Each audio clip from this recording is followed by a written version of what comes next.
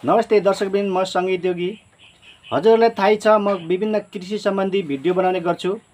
कृषिमा पनि विभिन्न पशुपन्छी र विशेष गरेर बङ्गुरलाई टार्गेट लिएर म भिडियो बनाउने गर्छु। बङ्गुर व्यवसाय कसरी गर्ने भन्ने कुरा हजुरहरूलाई आफूले जानेका कुराहरू सेयर गरिरहेको हुन्छु र मैले भिडियो बनाउँदा चाहिँ हजुरहरूले मेरो भिडियोको कमेन्टमा हजुरहरूले कमेन्ट गर्नुहुन्छ र त्यही कमेन्टको आधारमा आफूले जानेका कुराहरू सेयर गर्ने गरेको छु।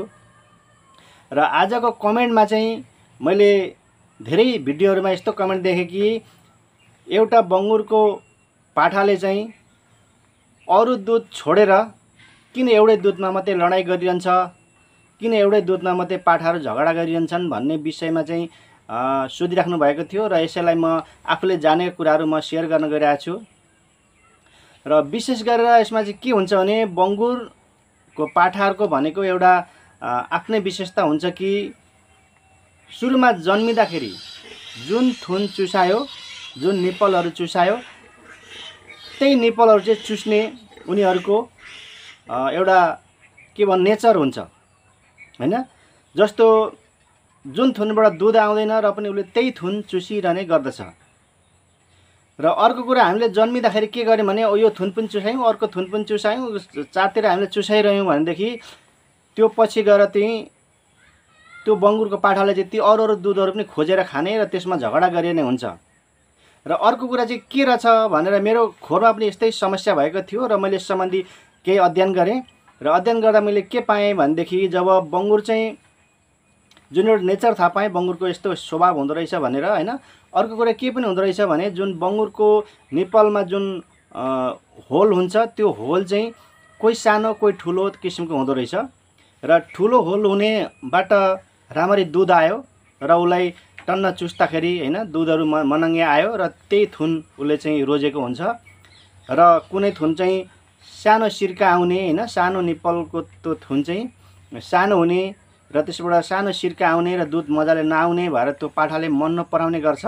र एक दुई दिन पाठाहरूले चाहिँ त्यो थुन चाहिँ चुसेन भने त्यो अटोमेटिकली त्यो दुध चाहिँ बन्द हुन्छ अथवा त्यहाँबाट दुध नआउने हुन्छ है।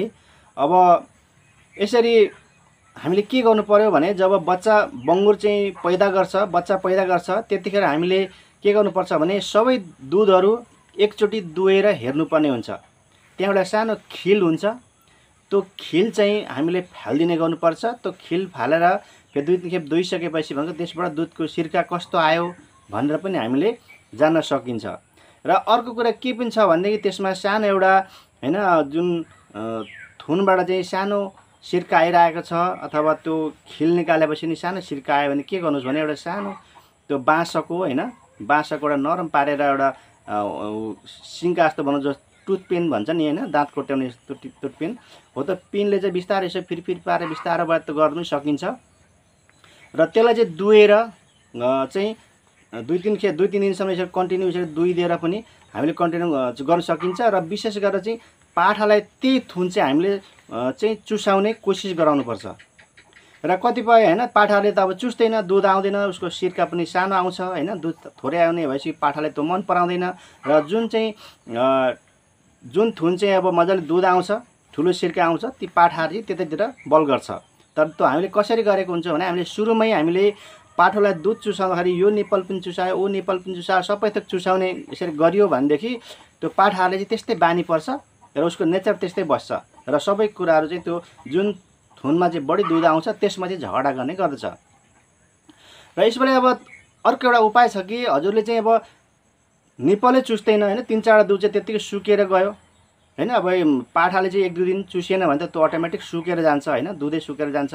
र यसको बेला चाहिँ अब के समाधान गर्ने त भन्ने कुरा अब चाहिँ मैले एउटा के आइडिया लगाएको छु भने जुन थुन पाठाले मन पराएन अथवा खाने कोसिस गर्दैन, पाठाले खाँदैन भनेपछि त्यहाँ चाहिँ हजुरले चाहिँ जो गुलियो चिज जस्तो मह भयो हैन अथवा सक्खर घोलेर अथवा चिनी घोलेर हजुरले चाहिँ त्यो निप्पलमा लगाइदिनुहोस् र त्यो थुनमा लगाइदिनुहोस्।